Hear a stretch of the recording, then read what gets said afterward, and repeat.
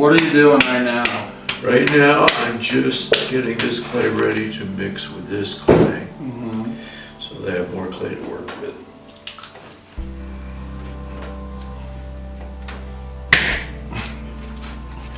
Get all your frustration. You might want some clay.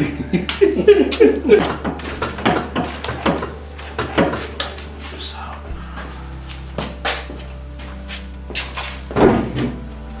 So when you're mixing, like, are you wedging right now? Or? Yeah. Okay. So tell us what that is. Okay. What I am doing right now is I am kneading the clay, or we would call it wedging, and I'm removing any air bubbles in the clay because that can cause problems. And I'm also in the process of mixing 2 clay recipes in the same clay. So it's going to take a few minutes. So this is pretty hard work. Yeah. Upper body is pretty good for me. And I've been doing, with the Alzheimer's thing, I've been doing fast walks every day. Yeah. A couple miles. Okay. If I was just making plates, then soft clay is fine and it's easier to move around. If I am making small pots that are like mugs or short things, I can go a little stiffer. And then if I'm going to make a big pot, I will use pretty stiff clay. Okay. Which is when I was in the process of doing the potter's talk, I was always making a good sized pot. Yeah. So, depending on what kind of vessel you have in mind, Right. dictates how you put the clay together, what kind of, whether it's soft or hard. Yep. Like, how do you know it's doing what you want it to do? By touch, primarily. Box. Okay, so this clay is ready now to be made into a pot.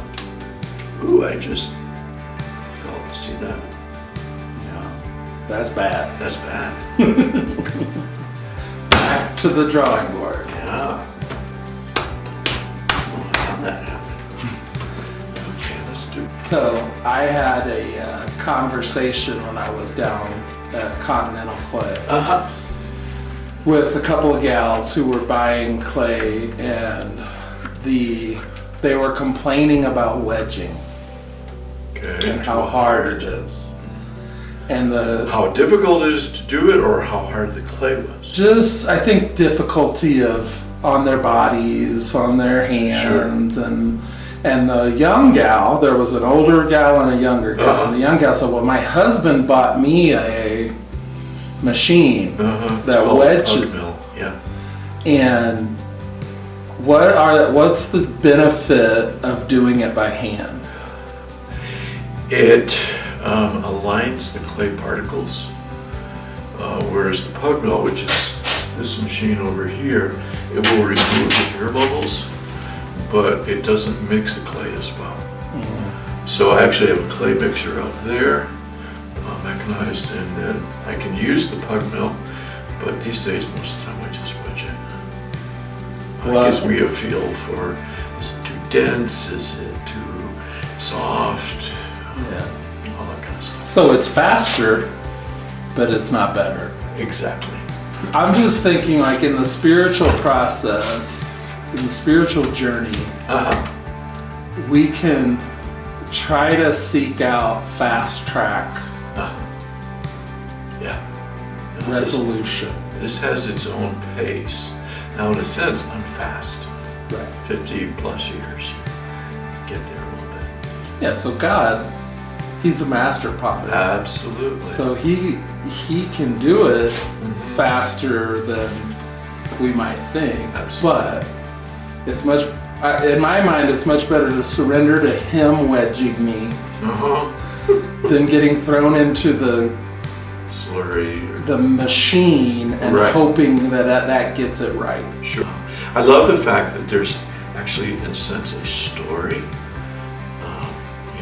How did the potter himself or herself learn What were the struggles? What were the failures?